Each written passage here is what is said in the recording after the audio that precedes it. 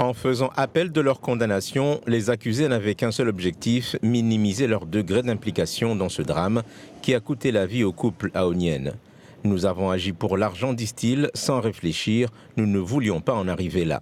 Le Zamal et l'alcool aidant, toute l'après-midi on a bu, toute l'après-midi on a fumé.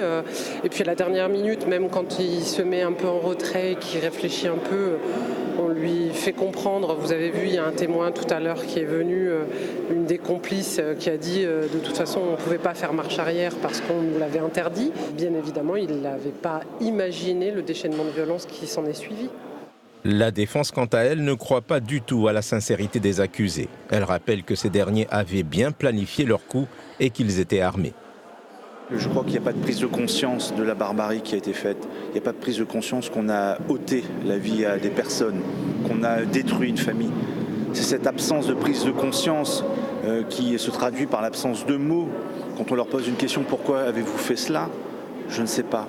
Pourquoi n'êtes-vous pas intervenu pour ôter l'arme du crime de cette personne qui tabassait ces personnes âgées?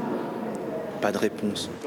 La cour d'assises a également entendu Evelyne Philomar, condamnée à la perpétuité dans cette affaire.